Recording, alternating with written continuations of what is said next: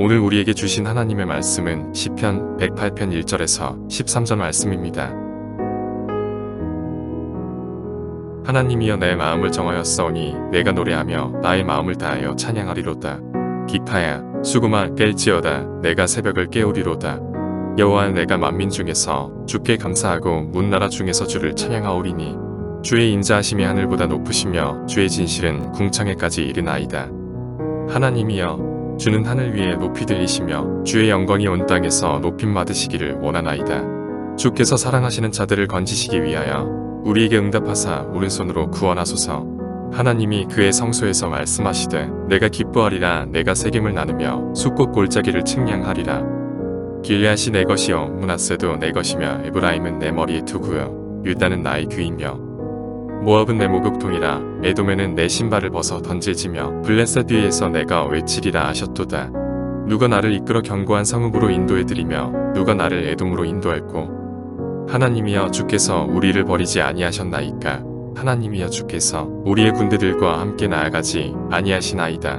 우리를 도와 대적을 치게 하소서. 사람의 구원은 헛됨이니이다. 우리가 하나님을 의지하고 용감히 행하리니 그는 우리의 대적들을 밟으실 자이심이로다.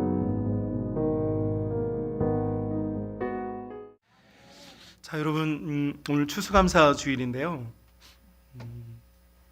시편 108편 말씀을 여러분과 함께 나누려고 합니다. 시편 108편 말씀은 여러분 이런 내용입니다. 다윗이 전쟁터에 나가는데 에돔이란 나라와 싸우러 이제 전쟁터에 나갑니다. 전쟁터에 나가는데 이 다윗의 군대가 용기가 100배하고 막 힘이 있고 기계가 있어서 당당하게 지금 싸우러 나가면 좋을 텐데 지금 다윗의 군대가 어떤 상황이냐면 지휘관들이 명철을 잃어버리고 부대가 혼란스럽고 용기가 없어요. 누가 봐도 이 전쟁하면 우리 지겠구나 이런 패배의식이 가득해져 있는 상황에 이 다른 나라와 전쟁을 하는 이 왕의 입장에서 밤에 잠이 오질 않는 거예요. 두려움, 염려, 걱정 얼마나 생각이 많겠어요. 다윗이 이제 뒤척뒤척 하는 거예요. 어떻게 하면 좋지? 어떻게 하면 좋지? 잠이 오지 않는 밤을 맞이했어요. 여러분 우리 인생도 그런 것 같아요. 잠이 오지 않는 밤을 맞이하죠.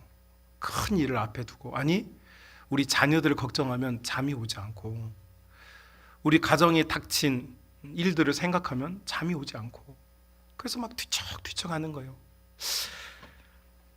내가 당당하고 해볼 수 있을 것 같고 할만하면 잠 잘 오죠. 그런데 잠이 오지 않는 밤 이렇게 막 뒤척이고 큰 전쟁을 앞에 두고 있는 이 다윗에게 그 다윗이 그날 밤에 하나님을 만나요. 그리고 하나님에게서 3가지 응답을 받아요. 그래서 다윗이 오늘 본문 여러분 2절에 보면 비파야 수금아 깰지어다 내가 새벽을 깨우리로다 이렇게 하고 있잖아요. 이 말은 새벽기도 합시다 그 이야기가 아니고 무슨 얘기냐면 다윗이 밤을 막 뒤척이는 밤을 맞이하다가 하나님을 딱 만나고 하나님의 말씀을 듣고 나니까 생기가 돌고 살아난 거예요. 그래서 막 자기 혼자 일찍 일어나가지고 내가 새벽을 깨운다. 비파와 수금. 이 비파와 수금이 뭐냐면 하나님 예배할 때 쓰는 악기들이에요. 일어나라는 거예요. 일어나라. 일어나서 지금 뭘 해야 되냐면 빨리 우리 하나님께 감사의 찬양을 드리자. 그래서 1절에 보면 내 마음이 확정되었습니다 이런 표현이 나와요. 그러니까 내 마음이 확정됐다는 표현은 뭐냐면 내가 결정 내렸다 그 말이 아니고 하나님께서 내게 응답을 주셨는데 이 응답이 내 마음에 너무너무 기쁨과 감사가 넘쳐서 일어나. 내가 불면의 밤, 이 잠 못 이루는 밤이 아니라 희망의 아침을 내가 맞이해야 되겠다라고 일어나서 부르는 노래가 바로 시편 108편 말씀이에요. 여러분 이 시편 108편 말씀이 여러분의 삶과 인생에 실제로 일어날 수 있기를 주님의 이름으로 축복합니다. 자, 그러면 도대체 이 에돔과 전쟁 앞에서 두려워 떨고 있는 걱정이 태산이었던 다윗이 어떻게 그 마음이 홀가분해져서 하나님께 감사를 드리게 되는가? 그 첫 번째 이유가 4절에 나옵니다. 이렇게 말해요. 주의 인자하심이 하늘보다 높고 주의 진실하심은 궁창에 이르나이다. 이런 표현이 나와요. 자, 이 표현은 조금 여러분 우리가 더 쉽게 이 표현을 이해하기 위해서 조금 직역해 보면 이런 거예요. 주님의 사랑은 한결같고 주님께서 나를 기뻐하시는 것은 구름까지 충만해 있습니다. 이런 뜻이에요. 이게 무슨 말입니까? 여러분, 하나님께서 다윗이 아무것도 아니었을 때 다윗을 불렀어요. 아무런 가치나 능력이 개발되어지거나 드러나지 않을 때, 말 그대로 연약할 때 다윗을 불렀어요. 연약했던 그 모습, 그런데 지금은 이 노래를 부를 때, 이 지금 새벽에 일어날 때는 언제냐면 왕이 되어서 전쟁에 나가는 때잖아요. 많이 바뀌었죠. 많이 달라졌어요. 이전에는 별 볼 일 없던 사람이 지금은 중요한 사람이 되어 있고, 이전에는 아무도 팔로워가 없던 사람이지만 지금은 수많은 생명들을 책임져야 되는 리더가 되어 있어요. 격세지감의 상황에 놓여 있는 거죠. 그런데 여러분, 다윗이 왜 이렇게 밤에 잠을 못 이루느냐, 왜 고통스러웠느냐, 지금 내가 두려워하는 진짜 이유가 어디 있느냐? 우리 군대의 강함? 우리 군대 무장력? 우리 군대의 무기의 우월함? 우리 군대 훈련의 양? 여러분, 그것에 있지 않고 지금 다윗의 온 마음이 두려운 이유가 뭐냐면, 내가 지금 하나님의 끊임없는 사랑을 받고 있는가에 대한 두려움이에요. 그런데 하나님께서 다윗을 그 어둡고 캄캄한 밤에 다윗에게 보여주는 거예요. 뭘 보여주냐면 하늘을 보여줘요. 맑고 투명한 하늘을 보여주면서 나의 사랑은 너를 처음 불렀을 때부터 지금까지 저 맑고 개인 태양처럼 변함없이 너를 비추고 있다. 이렇게 말씀해 주는 거예요. 뿐만 아니라 너 때문에 너를 보는 나의 기쁨, 너를 보는 나의 기쁨은 저 궁창에, 저 하늘에 떠 있는 구름처럼 많고 충만하다. 이렇게 하나님께서 다윗에게 말씀해 주셔요. 그러니까 다윗이 지금 어디서 희망을 얻는 거냐면, 하나님께서는 내가 잘하고 있기 때문에, 혹은 잘할 수 있기 때문에 나를 사랑하는 것이 아니라 작고 연약하고 볼품없는 내 모습을 사랑해 주셨고, 지금도 그 하나님의 사랑은 변함이 없으시구나 라고 하는 이것에서 감격을 받은 거예요. 여러분, 지금 이 시대는 양비론의 시대인 것 같아요. 둘 중에 하나의 시대가 되었어요. 제가 우리 교회에 와서 부임해서 우리 청년들 보니까, 우리 청년들이 20대 자기 인생을 다 바쳐서 교회를 섬기고 찬양팀도 하고 봉사도 하고, 어떤 청년들은 제가 듣기에 우리 교회에서 영어 교육 센터를 한다고 그러니까 자기 다니던 직장 때려치고 와가지고 교회에서 페이도 아니죠, 월급도 아닌 그냥 진짜 푼돈 차비 받으면서 교회를 섬겼다고 그래요. 여러분, 그런 시대는 어떤 시대입니까? 말 그대로 믿음이 최우선이 되는 십자가 붙잡는 시대였어요. 그게 내 인생의 전부였고 나의 젊음을 주께 드리기를 아까워하지 않는 시대였어요. 그런데 여러분, 지금 우리 추수감사주일이잖아요. 추수감사주일인데, 제가 여러분께 솔직하게 물어볼 거예요. 지금 감사해서 추수감사주일 지키고 계시면 손 한번 들어보세요. 나는 지금 감사해 죽을 것만 같아. 나 지금 감사해서 쓰러질 것 같아. 손. 이놈의 추수감사주일은 누가 만든 거야? 나는 감사 일도 없는데 지금 교회에서 목사님이 추수감사주일이라고 해서 지금 추수감사주일 지키고, 지난주하고 이번 주 다른 게 있어요, 여러분. 제 기도하는, 새벽 기도하는 저 책상에 가면, 서랍을 첫 번째 열면, 여러분이 맥주 감사주일 때 제가 여러분 맥주 감사주일에 한 주 전에 광고 있었죠. 감사한 것, 감사하고 싶은 것을, 하나님은 여러분의 그 몇만 원짜리 종이 지폐를 원하는 게 아니고 여러분의 진심을 원한다. 진짜 감사하고 싶다, 진짜 감사하다, 이걸 담자. 그래서 기도의 제목을 좀 써서 내보라고 그래서 내신 분들 건 제가 지금도 가지고 있어요. 그거 기도를 해요, 새벽에. 근데 올해는 제가 그것도 광고 안 했어요. 우리 작년에 생각해보면 여기에 감사 나무 열매 있어가지고 막 나무에다가 감사한 것도 쓰고 달고 했어요. 생각나시죠? 여러분 지금 감사해서 추수감사 주의를 지키고 계십니까? 정말 내가 감사하는 게 있어서? 에이, 제가 보니까요, 지금 뭐 미국도 그렇고 한국도 그렇고 코로나 극복하겠다고 엄청난 재정을 국가에서 돈을 풀었어요. 그죠? 미국이 100년 만에 100년 만에 수천 조를 풀고 있어요. 엄청난 경기 부양책을 만들어내서 풀고 있어요. 우리나라도 엄청난 긴축 재정을 해가지고 지금 재정을 풀었어요. 전 국민에게 다, 심지어 어린 아이들에게까지 다 용돈을 줬어요. 자, 돈이 넘쳐나고 있어요. 이 돈이 다 넘쳐나고 있는데, 아니 돈은 이렇게 많이 이 시중에 풀렸고 많이 넘쳐나고 전 세계적으로 지금 돈이 국가마다 모두 다 부양책을 썼어요. 그러니까 돈이 지금 뭐 어떤 표현하기 그래요. 지금 달러 찍어내는 기계에 기름이 마를 시간이 없다고. 왜냐하면 돈을 계속 찍어내고 있거든요. 그런데 여러분, 제가 물어볼게요. 여러분은 그렇게 돈을 많이 찍어내고 있는데 여러분은 돈 좀 버셨습니까? 여러분, 아니 그 많은 돈은 도대체 다 어디로 가고 나는 여전히 stay poor, 나는 여전히 가난하고, 나는 왜 충족되지 않고 어떻게 그 많이 풀린 것 중에 내 주머니로 이렇게 안 들어올 수가 있죠? 여러분 옆에는 방어막이 쳐져 있어가지고 돈 접근 금지령이 내려져 있나 봐요. 그죠? 희한하죠? 여러분, 지금 우리 시대는요, 비극적인 양비론의 시대인 것 같아요. 최근에 한국에서 개봉했던 어떤 영화가 전 세계 1위를 했어요. 그 영화의 제목이 오징어 게임이래요. 오징어 게임. 하도 세상이 난리여서 제가 컬럼을 좀 찾아보니까 자세한 내용은 잘 모르겠지만 사람들이 400억이 넘는 돈을 놓고 게임을 해가지고 이긴 사람은 그 돈을 가져가고 진 사람은 다 죽는데요. 그게 사람의 생명값이에요. 근데 이 영화가 전 세계 1위를 했어요. 이 영화가 재밌어서가 아니에요. 이게 너무 다큐멘터리처럼 우리 현실적인 이야기이기 때문에 1위를 했대요. 이게 무슨 이야기입니까?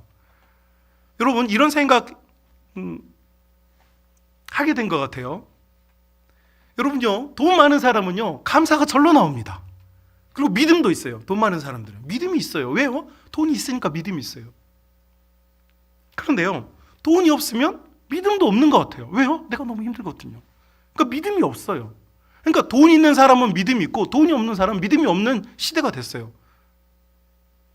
목사님 무슨 그런 말씀? 아니요. 여러분 신앙 양심에게 진짜 물어보십시오. 지금 여러분 돈 있으면요 웃고 있어요. 돈이 없으니까 찡그리고 있는 거예요. 부자들이 찡그리는 거 본 적 있어요? 삼성의 어떤 모 그룹 그 분은 감옥에 있어도 웃고 있던데. 근데 여러분은 자유롭게 막 돌아다니는데도 다 찡그리고 있어요. 왜요?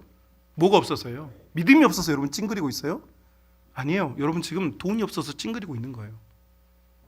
자, 그러면 세상은 지금 어떻게 되어가는 것 같아요? 결국은 양비론의 시대예요. 믿음만 가지고 살 것이냐, 돈을 붙잡고 살 것이냐, 두 개가 병행하면 좋겠지만 이 시대는 지금 우리에게 병행 구조를 만들어주지 못하고 극단화시키고 있는 것 같아요. 여러분의 신앙 양심은 여러분에게 뭐라고 대답하십니까? 저는 이 설교를 준비하면서 왜 성도들이 믿음을 잃어가고 있을까? 우리 교회 추수감사절 열게 되면요, 추수물 가져오라면 너무 많아가지고 이 앞에 테이블 2개 놓고요, 너무 많아가지고 밑장빼게 있었어요. 그 권사님 가져왔는데 미안하다 하면서도요 하나 올려놓고 10개 뺐었어요. 어제 추수감사 우리 이렇게 데코레이션 합시다 좀 가져오라고 그랬더니 없어가지고 가서 마트 가서 과일도 사오고 또 가서 밭에 가서 또 뽑아도 오고 이 결과물이에요, 이게. 여러분, 나는 변하지 않았어. 에이, 아니에요. 변했어요. 어떻게 해요? 우리는 두 개의 양비로, 믿음으로 살 것인지 아니면 이 세계에 살면서 돈을 붙잡고 살 것인지를 결정하는 과정에서 지금 우리가 알게 모르게 어떻게 됐느냐, 믿음은 없어도 돈이 있었으면 좋겠다가 됐어요. 이게 우리를 비극화시켜요. 우리를 슬프게 만들어요. 그래서 잠이 오지 않는 거예요. 잘도 마귀가 속였어요. 여러분, 우리가 예전에 정말로 가진 게 있어서 행복하게 잠들었습니까? 성경이 우리에게 말씀하시기를 하나님은 사랑하는 자에게 뭘 주신대요?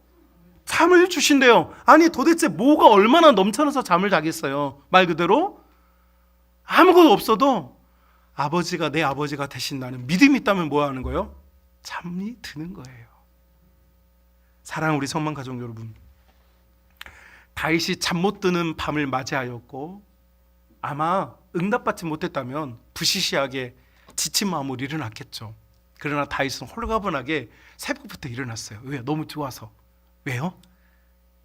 하나님께서 나를 사랑하고 있다는 게 변함이 없으시다고 말해주셨기 때문이에요. 사랑하는 우리 성만 가족 여러분, 여러분이 가진 물질의 유무나 성공의 유무가 하나님의 사랑을, 그 사랑의 기준이 변화되도록 만들지 않으세요.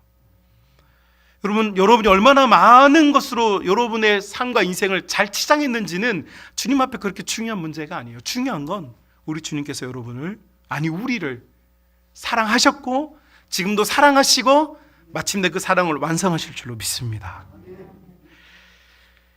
다윗이 아침에 두 번째 들뜬 마음으로 깨어날 수 있었던 두 번째 이유는요, 11절에 있어요. 이렇게 되어 있어요.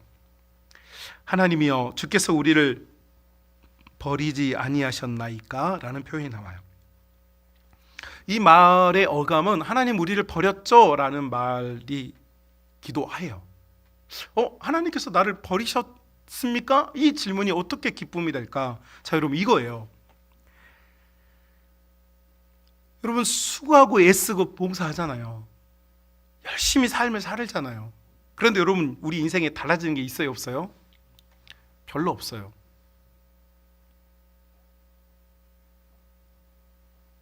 때로는 분에 넘치게 섬기고 봉사했지만 나에게 일어난 혜택이 없어요. 왜 하나님의 복은 나를 비켜가는 것일까? 왜 하나님의 부는 나를 비켜가는 것일까? 왜 내 자녀들과 내 후손들에게, 왜 다른 사람들이 간증하는 일은 일어나지 않는가라고 하는 소외감이 찾아오죠. 소외감. 하나님, 나를 버리셨습니까? 아니, 처음부터 나를 사랑하셨고 지금까지 나를 사랑한다고 그러는데 그 증거가 도대체 어디 있습니까? 하나님, 나를 버리셨습니까? 라고 하는 인생의 질문이 드는 거예요. 예수님 잘 믿으면 내가 뭐 엉망장자 되게 해달라고 그랬나? 그냥 좀 마음 편하게, 우리 젊은이들 아파트 대출금 걱정 없이 그냥 좀 사는 거, 그게 그렇게 큰 문제인가? 우리 아이들 뭐 내가 서울대 보내달라고 그랬나? 그냥 좀 공부 열심히 해서 자기가 원하는 학교 과라도 들어갈 수 있었으면 좋을 텐데 라는 소박하고 담백한, 그런데 놀랍게도 하나님은 너무너무 정확하게 내가 원하는 건 정확하게 비껴서 이루어지지 않는 거예요. 결국 마음에 어떤 질문이 드냐면, 하나님은 나를 사랑하시지 않는가 봐. 하나님은 내 자녀들을 사랑하시지 않는가 봐. 하나님은 우리 가정을 사랑하시지 않는가 봐. 라고 하는 가슴에 슬픔이 막 찾아와요. 외로움이 찾아와요. 저희 아내가 저희 가정 얘기 한 번만 더 하면 밥 안 주겠다고, 한 번만 더 해보십시오 했는데, 저희 큰 아이가 광주에 왔잖아요. 와서 서울에서 3년 학교 다니다가 여기 왔는데, 우리 무학초등학교가 얼마나 좋은 학교인지 아이들한테 바른 인성 진짜 그걸 잘 키워주셨어요. 선생님들이 너무너무 진실하게 아이들 대해주고 잘 키워줬어요. 딱 한 가지 이 대한민국의 모든 부모들이 원하는 딱 한 가지가 부족했는 게 뭐냐면 학업 성취가 너무 낮아요. 근데 중학교를 가야 돼서 중학교 가기 전에 상황이 어떤지 체크해 보려고 학원에 가서 시험을 봤는데 저학년들 수준의 성과가 나온 거예요. 우리 큰아이가 밤새 울었어요. 아니 나 학교에서 하라는 거 다 하고 하지 말라는 거 안 하고 살았는데, 아니 다른 아이들 학원에서 비교해 보니까 표현을 좀 세게 말하자면 그냥 똥멍청이인 거예요. 그냥. 근데 그 아이가 그렇게 우는데 저도 예배당에 와서 앉아있는데 기도하는데 그런 마음이 들더라고요. 하나님께 순종해서 제가 서울에서 여기 전라남도 나주시 삼포면 등정 동네길 136-7번지에 마트 하나 없고 구멍가게 하나 없는 이곳에 부임을 해서 순종하고 충성하고 다른 데 보지 않고 주님만 바라보며 목회를 했는데, 하나님은 왜 내 자녀들에게 복을 주시지 않으십니까? 라는 서운함이 들더라고요. 왜 아이들이, 아니 우리 큰아이가 어렸을 때부터 총명해가지고 많은 사람들 학교에서도 잘하면서 총명하는 게 아니고 실제로 IQ하고 뭐 이게 영재 테스트 받고 막 이랬던 아이인데 여기 와 하나님이 결과가 참 받아들이기 어렵네요 라고 하는 슬픔이 찾아와요. 그리고 미안해요. 아빠로서 참 네가 이 서울에 있었으면 계속 어찌됐건 그래도 좋은 환경에서 교육적인 환경에서 자랐다면 이런 똥멍청이 소리는 안 들을 텐데 라고 하는 미안함도 찾아와요. 그래서 서운하더라고요. 그날 밤 그렇게 너무 주님 내가 목회를 뭐 잘못해서 그런가, 내가 이렇게 더 열심히 안 해서 주님이 나에게 복을 주지 않는가, 막 그런 서운함이 찾아오고 그랬어요. 여러분 우리 인생이요 그런 질문이 찾아와요. 하나님 우리를 버리셨습니까?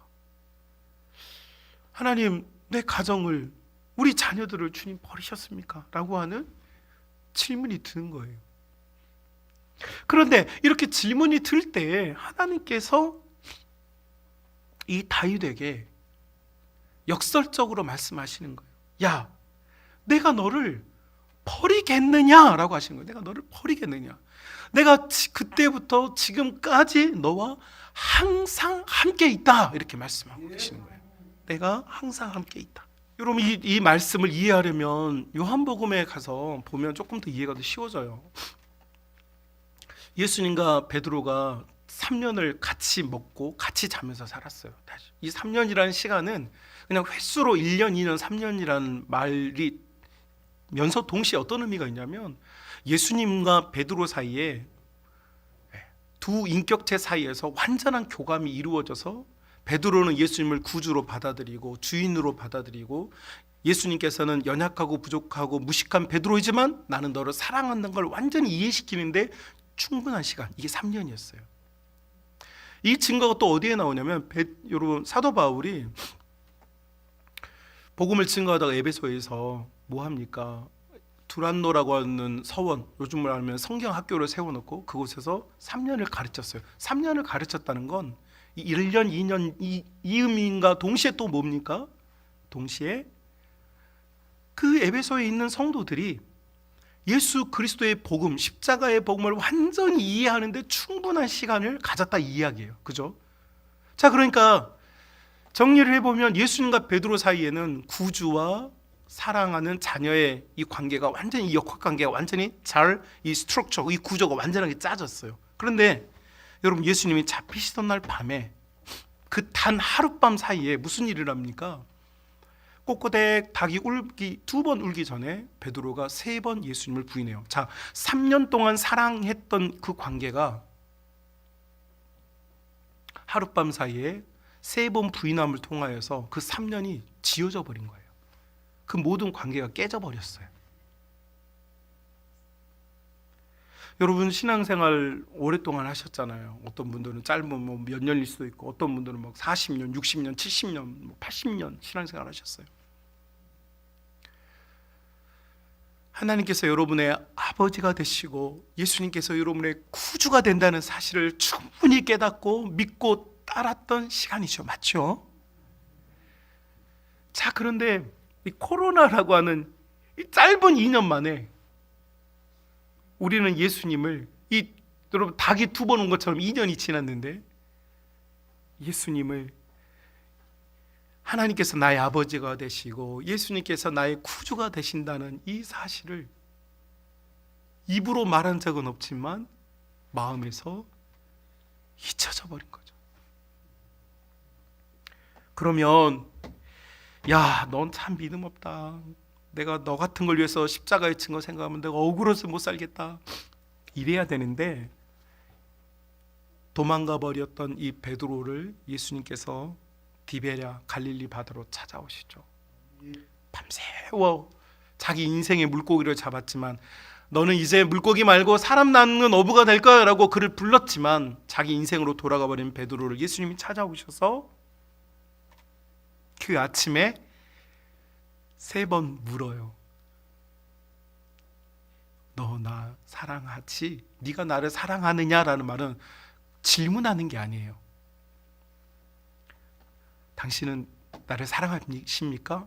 당신의 답이 예스일 수도 있고 노일 수도 있고 그 말이 아니에요. 예수님이 묻는 질문은 질문이 아니고 너 지금도 나를 사랑하고 있지? 이렇게 하시는 거예요.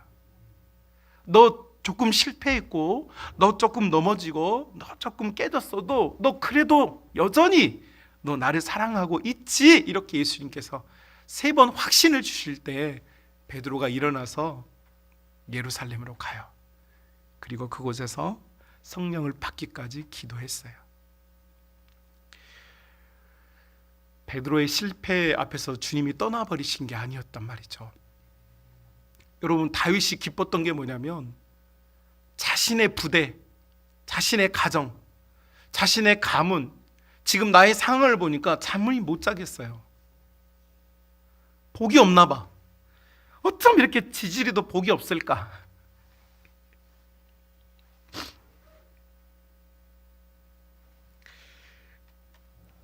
재밌는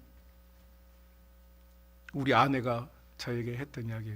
여보, 우리는 물질에 복이 없나 봐요. 그러더라고요. 왜? 그랬더니 우리 이사 갔잖아요, 나주로. 그죠? 근데 우리가 여기 광주 사람이었을 때 나주는 이미 국가에서 준 거 말고 지자체에서 돈을 줬어요. 힘내서 쓰라고. 근데 그때는 우리가 광주 사람이었거든요. 그래서 그거 못 받았거든요. 근데 이사를 했잖아요. 이사를 하고 나니까 갑자기 광주에서, 여러분 광주시장이 아유, 우리 광주 시민들 힘들죠? 용돈 줄게요 하고 용돈을 준다는 거예요. 그래서 우리 이쪽 저쪽 다 못 받았어요. 그래서 저희 아내가 하는 말이 여보, 우리는 물질의 복은 없나 봐요. 그러더라고요. 아니, 내가 하는 일을 왜 정반대일까? 그죠? 아니, 우리 교회 어떤 집사님은 그래요. 푸드값이 금값이야. 한 박스에 8만 원씩 한대. 그래서 막 열심히 해서 내보냈더니 어떻게 됐어? 8만 원, 어제까지 분명히 8만 원 했는데 오늘 해서 내가 보니까 얼마야? 8천 원. 아니, 그 집사님은 무슨 복을 타고났는지, 아니 하나님의 무슨 사랑을 받고 있는지 어제까지 8만 원 하던 부채가 오늘은 8천 원 받는데, 아니 왜 하나님의 복은 나를 다 비껴가는 거지? 그쵸? 아니 그 많고 많은 아이들 중에 왜 똑똑하고 잘난 애들은 다 남의 집 자식들이고 내 아이들은 항상 문제를 일으키고 사춘기도 엄청나게 혹독하게 치르고 진료도 잘 안 열리고 짜증이나 내고 성질은 꼭 지 애비, 죄송합니다, 지 아버지 닮아가지고 어찌나 못돼 먹었는지. 왜 나는 이렇게 복이 없을까? 나는 왜 이렇게 힘들까? 라고 다윗이 그날 밤에 막 이야기하는 거예요, 하나님께. 근데 하나님께서 하시는 말씀이 내가 너를 버렸겠느냐? 내가 지금도 너와 함께 하고 있다. 할렐루야. 여러분, 내가 광주에서 못 받고 나주에서 못 받았어도요, 먹고 사는데 아무 지장 없이 하나님의 은혜를 받고 살고 있는 줄로 여러분 믿으십시오. 하나님은 우리를요 지금도 변함없이 사랑하고 계세요. 우리에게 일어난 일로 인하여서 하나님의 사랑을 확인하려고 하지 마시고, 하나님은 여러분을 사랑하셨기 때문에 성도로 부르셨고 예배할 수 있는 복을 주셨고, 지금도 이렇게 감사한 거 한 개도 없는데 추수감사주의를 지키는 은혜와 복을 주신 줄로 믿습니다.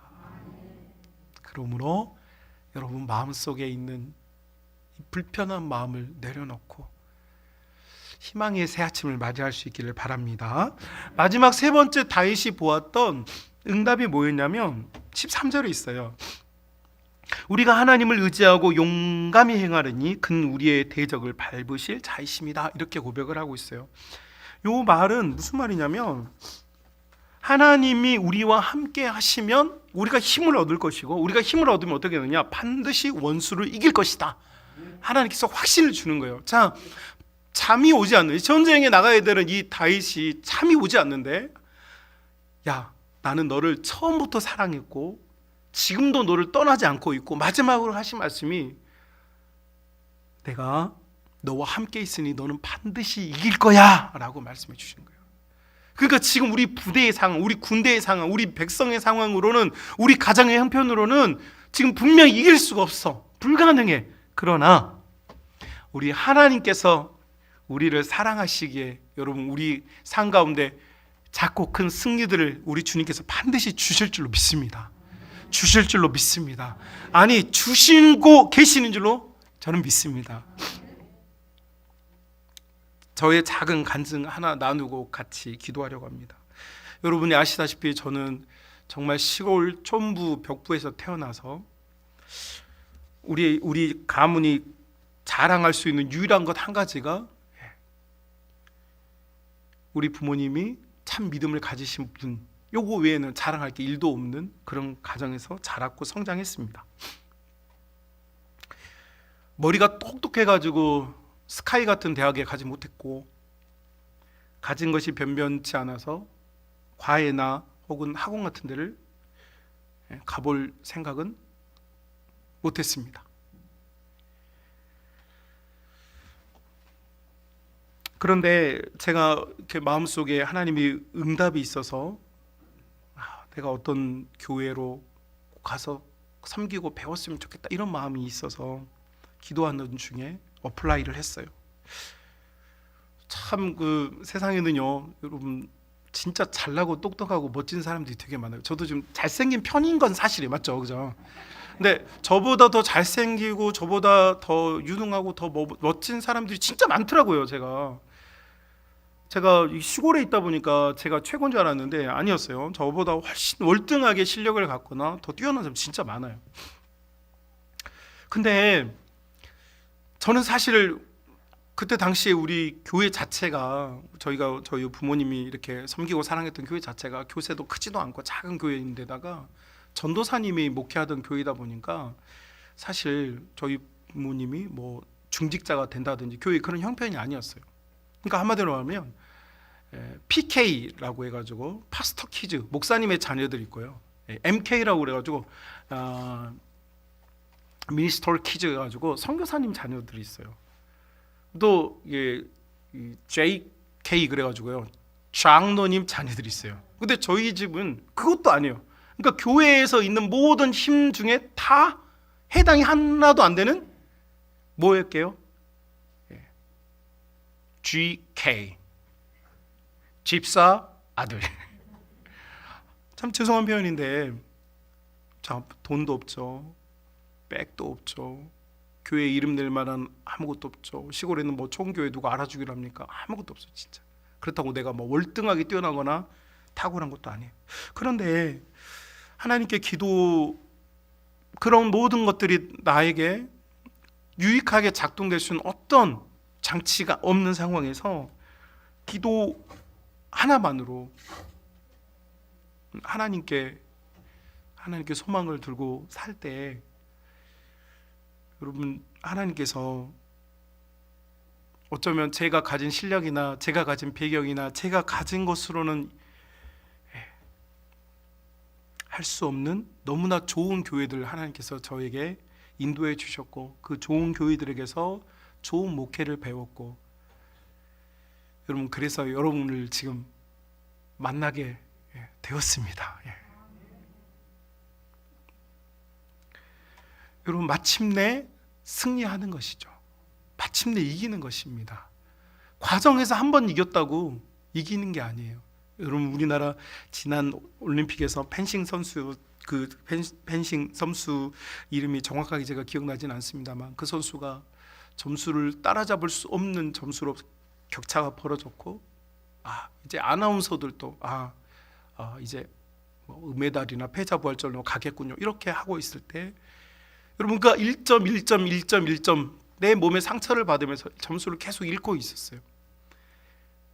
그런데 그 인터미션 그 잠깐 동안 여러분 할 수 있다, 할 수 있다, 여러분 그 외쳤던 그 선수가 나가서 30초 만에 그 점수를 다 뒤집어 버려가지고 금메달을 국민들에게 안겼던 선수가 기억이 납니다. 여러분 우리가 지금 점수를 조금씩 뺏기고 있을 수도 있어요. 내가 살다 보니까 치고 있을 수도 있어요. 또 살아보니까 어쩌면 내가 지금 그렇게 성공한 인생이 못 돼서 좀 좌절이나 낭만감이 들 수도 있어요. 그러나 여러분,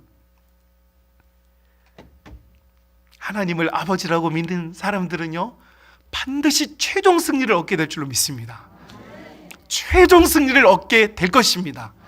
그래서 요한계시록 2장에 보니까 내가 이기는 자에게 생명의 멸관을 주리라 했어요. 내가 부른 자들, 사랑하는 자들이 아니에요. 이겨야만 해요. 그런데 그 이기는 힘은 우리 아버지께 있어요. 십자가를 사랑하고 예수님을 정말 사랑하는 자들.